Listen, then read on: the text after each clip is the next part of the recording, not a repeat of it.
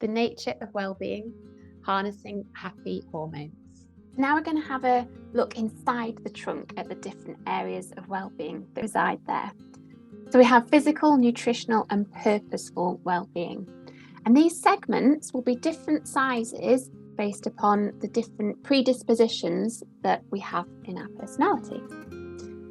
But ultimately our job is to try and make sure, regardless of the size of that segment, that we fill our segments up. The blue circle here represents optimal health in these areas. So any time that we are overlapping over the edge, maybe we've done too much exercise, or any time we are lacking in an area and we're exposing some of the blue circle, that can be seen to represent when negative hormones are released into our system. Now, the effect of negative hormones is that they will de-energize our endurance, and therefore we're less likely to do the things to maintain our health. But also they're going to destabilize the trunk because it's almost wonky. On the other hand, if we fill our segments in such a way that we fill up the blue circle, when that happens with no overlapping or undercutting, then we're releasing positive hormones into our system. And ultimately, our hormones in our system, they form our reality.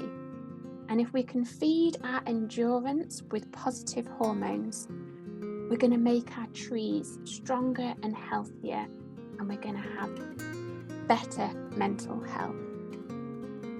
There are various ways that we can redress the balance of these segments if they're out of whack.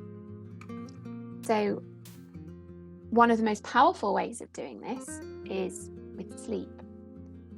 And as we sleep, naturally, our segments will just reset themselves. Similarly, playing and resting will have the same effect. So it's important to make sure that we factor that into our well-being as well. So to summarise, achieving optimal health will look different from person to person. But in general, if we are lacking in an area of well-being, then negative hormones will be released, and therefore having a negative impact on our emotions and actions. But at the same time, if we have good health and well-being, then we'll generate positive hormones, which will then in turn create a healthier and happier reality. Up next, we'll be looking at a summary of the nature of well-being.